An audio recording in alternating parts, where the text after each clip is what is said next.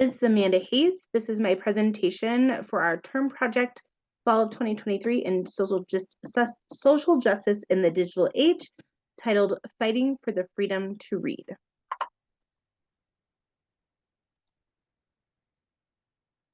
My literature review stemmed from the book that you see on your screen and is titled Banned Books, The Controversy Over What Students Read. It is by Meryl Lunan.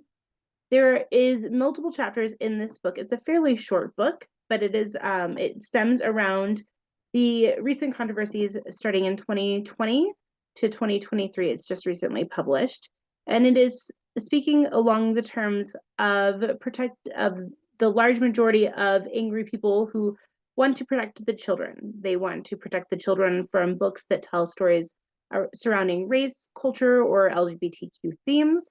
It goes into clear detail around each of those subcategories. So it has an entire chapter around race, an entire chapter around LGBTQ themes. It also expresses how 1,600 books were challenged in 2021 and how each large state that is banning different books, their purposes behind that and their thoughts behind that, and it challenges both sides. It allows the perspective for those that feel that everyone needs to have a voice and to have the right to read what we want to read. And it very much prejudices the far conservative side of wanting books to be banned or challenged and outlawed in our schools and libraries. On your screen are the top 13 most challenged books of 2022, according to the American Library Association.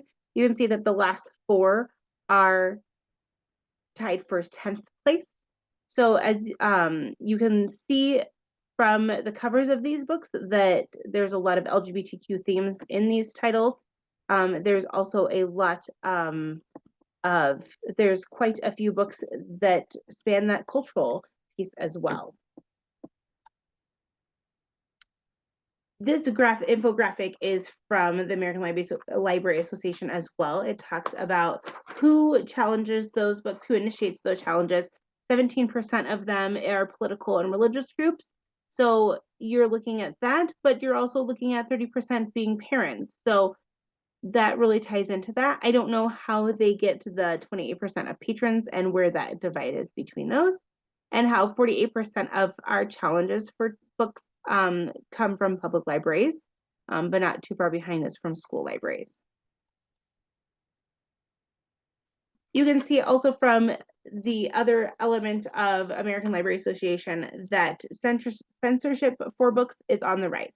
So it shows you that in 2003, we had 305 books within that year that were challenged, where in 2022, there are 2,571 books that were challenged in that year alone.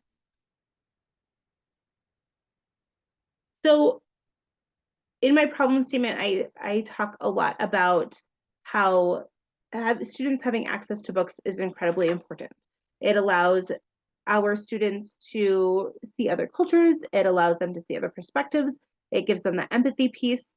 And so when adults believe that they're doing what is right for children and they're taking away the access for information and they're taking away that access from other perspectives, that's where we have a problem.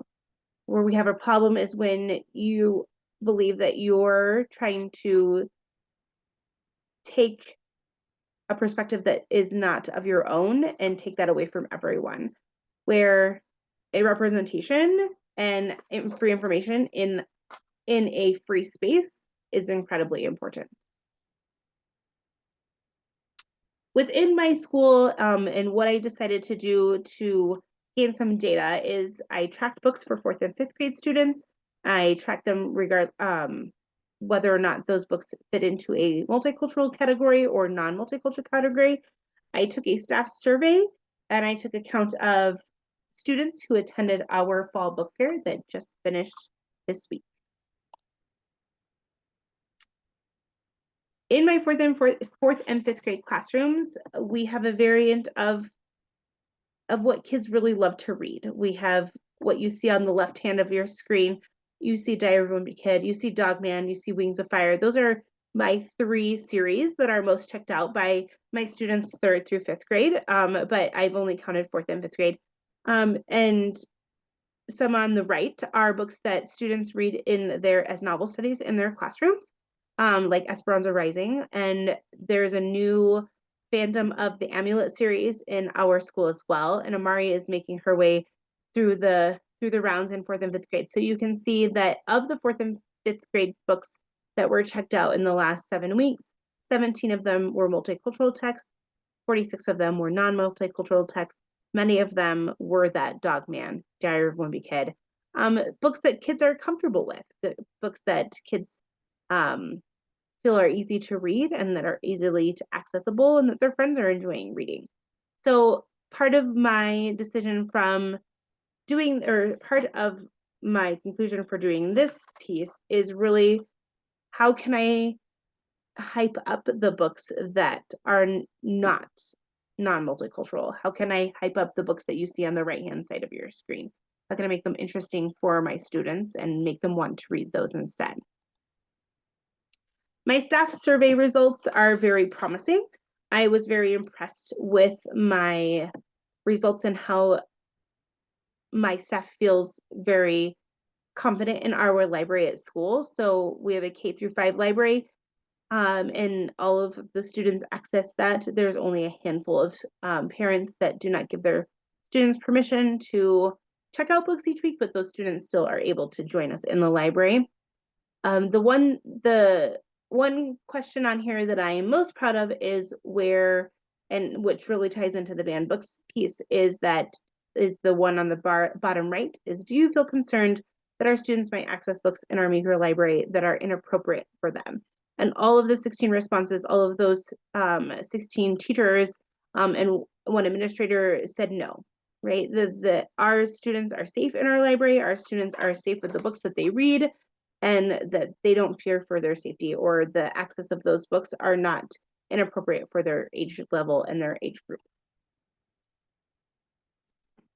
We finished our fall Scholastic Book Fair, and I wanted to point out, I checked which students attended our book fair within the 2 days that we had our book fair open, and I'm a little surprised to the results of this, as my 2nd graders have the highest number, which I'm very excited for. They have the biggest grade level themselves.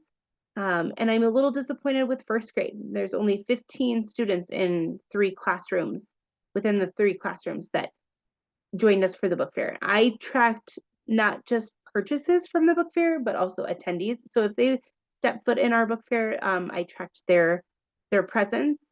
I am very proud of my higher grades, my 4th and 5th graders as well. Those are fairly decent sized grades, but they're not huge. I think it's a testament to their teachers and their encouragement, and just their willingness to come and read and try new things. So I'm very pleased with my 4th and 5th graders and how many attended our book fair this year, or this fall.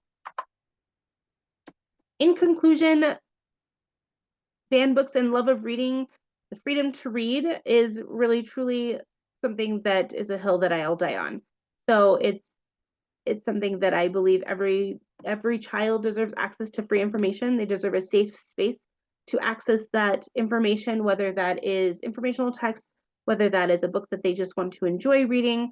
They deserve that place and that freedom to read new things. And there's a beauty behind libraries where you can take a book, borrow it, and bring it back. It's one of our most sacred possessions that we have here in our world, and that spans from, birth to death. And I love that I can hopefully instill the freedom to read, the love of reading, and just the happiness of being in the library for my students.